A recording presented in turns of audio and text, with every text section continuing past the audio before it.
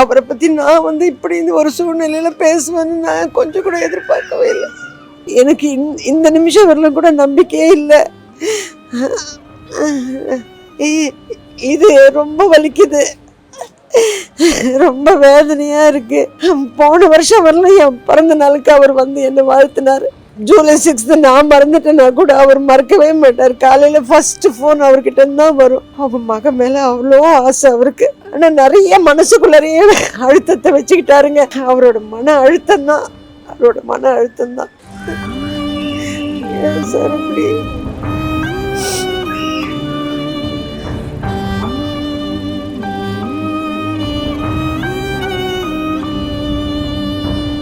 வணக்கம். அவரை பற்றி நான் இப்படி ஒரு சூழ்நிலையில் பேசுவேன்னு நான் கொஞ்சம் கூட எதிர்பார்க்கவே இல்லை, நினச்சி கூட பார்க்கவே இல்லை. டிசிப்ளினான பர்சன். 46 வருஷம், கிட்டத்தட்ட 46 வருஷம்.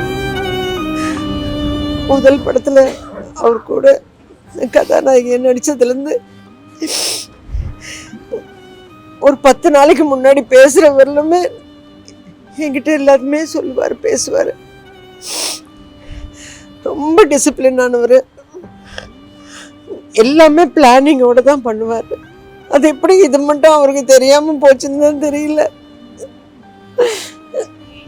மற்றவங்களுக்கெல்லாம் சொல்லுவார், எல்லாருக்குமே சொல்லுவார்.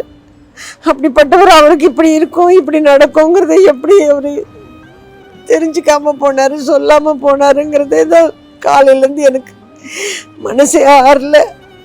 எனக்கு இந்த நிமிஷம் வரலும் கூட நம்பிக்கையே இல்லை. நான் எந்த வீட்டுக்கு போனாலும் நான் பேசவே மாட்டேன், மைக்கு முன்னாடியெல்லாம் பேச மாட்டேன். ஏன்னா அது ஏந்தவங்களுக்கு தான் அதனோட வலி வேதனை எல்லாமே தெரியும். அதனால நான் போயிடுவேன். ஆனால் இது ரொம்ப வலிக்குது, ரொம்ப வேதனையாக இருக்குது. 10 நாள் முன்னாடி பேசும்போது கூட இன்விடேஷனோடு வருவேன் அப்படின்னு. நான் சும்மா கிண்டலுக்கு, பரவாயில்லையா சார், 75வது வயசில் இன்னொரு கல்யாணம் பண்ணிக்க போகிறீங்களா அப்படின்னு கிண்டல் அடித்தேன். ஐயோ, ரொம்ப டிசிப்ளினுங்க. போன வருஷம் வரலும் என் பிறந்த நாளுக்கு அவர் என்னை வாழ்த்தினார். ஜூலை 6 நான் மறந்துட்டேன்னா கூட அவர் மறக்கவே மாட்டார். காலையில் ஃபர்ஸ்ட் ஃபோன் அவர்கிட்ட தான் வரும். எந்த விதமான எதிர்பார்ப்பும் இல்லாமல் ஃபஸ்ட்டு டே எங்களோட எப்படி பழகினாரோ அதே மாதிரி தான் இந்த நிமிஷம் வரலும் பழகினார் அவர். நாங்கள் லாஸ்ட் மந்த் நாங்கள் 2 பேரும் சேர்ந்து ஒரு சித்தா ஹாஸ்பிட்டல் திறப்பு விழாவுக்காக திருச்சிக்கு போயிருந்தோம். அப்போ கூட நான் சொன்னேன், சார் ஞாபகம் இருக்கா, திருச்சின்னாவே உங்களுக்கு என்ன சார் ஞாபகம் வரும் சொல்லுங்கள், உங்களுக்கு தான் எல்லாமே ஞாபகம் இருக்குமே சொல்லுங்கள். கன்னி பருவத்தில் இங்கே தான் சார் நம்ம நடித்தோம் அப்படின்னு சொன்னேன். எல்லாமே பக்காவாக பிளான் பண்ணுவாருங்க. ஒரு தண்ணி கூட, ஒரு ஸ்பூன் தண்ணி கூட வெளியில் சாப்பிட மாட்டார். எல்லாமே ப்ரிப்பேர் பண்ணி எடுத்துகிட்டு வந்துடுவார். 10 நாள் ஷூட்டிங் இருக்குதுன்னா அதுக்கேற்ற மாதிரி ஒரு அவ்வளோ பர்ஃபெக்டாக எல்லாத்துலேயுமே, டயட்லேருந்து நடவடிக்கை பாவனையிலேருந்து எல்லாத்துலேயுமே பர்ஃபெக்டாக பிளான் பண்ணி செஞ்ச மனுஷனுக்கு எப்படி எது புரியாமல் போச்சு, எப்படி இது தெரியாமல் போச்சுன்னு தான் தெரியல.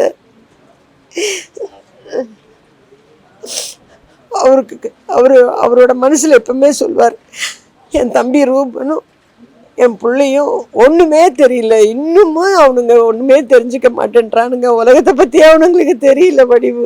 எனக்கு அவனுங்களோட சிந்தனை தான் எனக்கு ஜாஸ்தி. எங்கள் அப்பா ரூபனை என் கையில் கொடுக்கும்போது இவனுக்கு ஒன்றுமே தெரியாது, நீ தான் அவனை கடைசி வரலும் பார்த்துக்கணும்னு சொல்லிட்டு போயிட்டாரு, அந்த ஒரே காரணத்துக்காக தான் அவனை பிடிச்சி வச்சுன்னு இருக்கிறேன் நான் அப்படின்னு தம்பியை பற்றி சொல்லுவார், பிள்ளைய பற்றி சொல்லுவார். அவங்க மகன் மேலே அவ்வளோ ஆசை அவருக்கு. எல்லாமே ஷேர் பண்ணுவார். ஆனால் நிறைய மனசுக்குள்ளறையே அழுத்தத்தை வச்சுக்கிட்டாருங்க. இல்லைன்னா இத்தனை மைக்கு முன்னாடி நான் பேச வேண்டிய நிலைமையே எனக்கு ஏற்பட்டிருக்காது.